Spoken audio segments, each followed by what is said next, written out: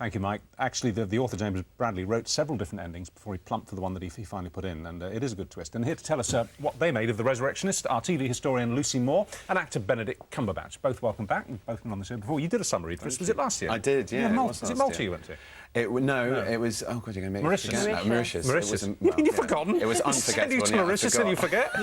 You did that wonderful book. I loved it. Was it How to Talk to a Widow? How to Talk to a Widow. Yeah, I love that one. Well, this is damn fine too. I'm not a historian, but it seemed to have the ring of truth about it at that time in London, and this particular ring of body snatchers. What did you make of it on that line?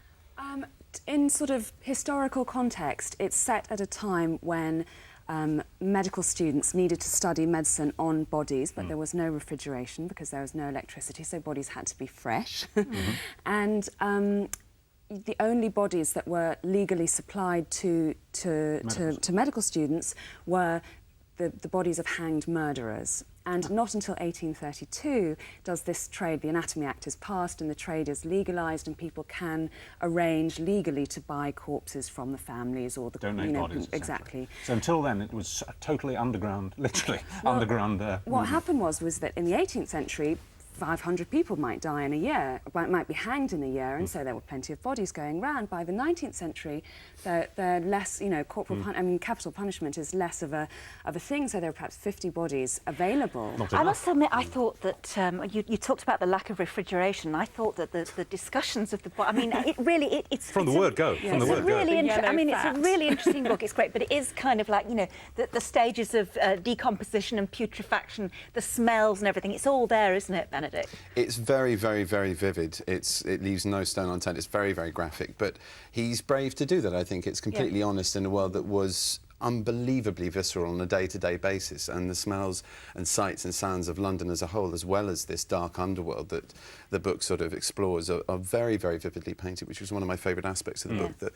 The laudanum addiction, the massive nights out in Soho, which of course don't go on now, but, and the sort of the actresses and the sort of whole smoky world of theatre, and these incredible sort of episodes around the dissection table. Did you feel... Because I sort of felt, when I was reading the main part of the book is set in London, and when I was reading it, I kind of had this constant atmosphere of blackness in my head. Blackness and smoke and laudanum and smells. And it's very, very atmospheric. We rarely read bits out of these books. We don't...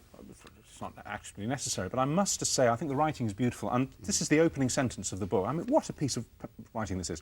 In their sacks they ride as in their mother's womb, knee to chest, head pressed down, as if to die is merely to return to the flesh from which we are born, and this a second conception. Wow.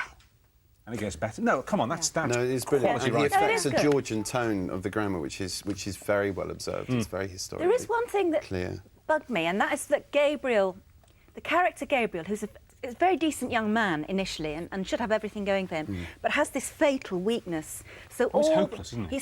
All the way through the book, he sinks down to the next level, doesn't he? And he fails in everything, and he gets addicted to laudanum and all the rest of it. Did you feel? And even the end, although the end in Australia is lovely by comparison. Even so, you know, the love of his life kind of escaped. Did you feel irritated with that? I felt that I didn't really understand why he sank so low.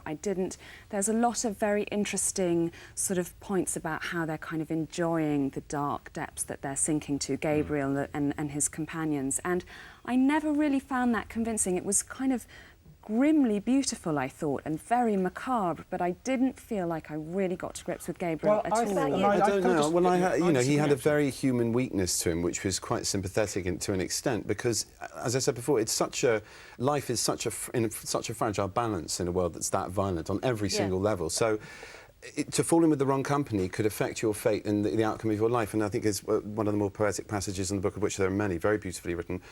He talks about how a man, you cannot undo what is done. You can't necessarily shape your fate by your own will, and this is through the eyes, this story of a particularly weak-willed man. But you do empathise with him because the world is so alien to us now. and the obstacles he has to overcome are just... And you I think, know, you it's think such of a modern relief celebra- when you he think of gets- modern young celebrities who fall into the sway of drugs, you know, and you can't drag them back. You know, there's Well, it's nothing not, to it's do not to like save body them. snatching, though, is it? And No, killing but they people can and fall all into that. very bad ways and Yeah. into dangerous practices. I thought it was lovely, the ending in Australia. It's not giving anything away because I won't tell you what happens there. But gosh, what a relief to get into sunshine and beautiful Yeah, flowers and horizon. birds. Yes, And, yeah, it's great. Well, good. Thank you both. Thank That's you good. both very much. And as we do every week, when I think my all-time favourite has actually been No Time for Goodbye. But they've all been Mine great. was the first one, The Outcast. The Outcast, I yeah. think we'll be close.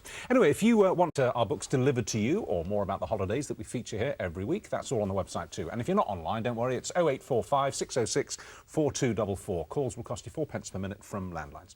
And by the way, Lucy Moore's own book, Anything Goes, which is a biography of the Roaring Twenties, which sounds really interesting, comes out in November. And meanwhile, Benedict's DVD of his recent TV drama, Stuart, A Life Backwards, but you can see it fast forward, is released later this month. Congratulations to both of them. Great. Thank you both very Thank you. much. Okay. Jo had a lovely join.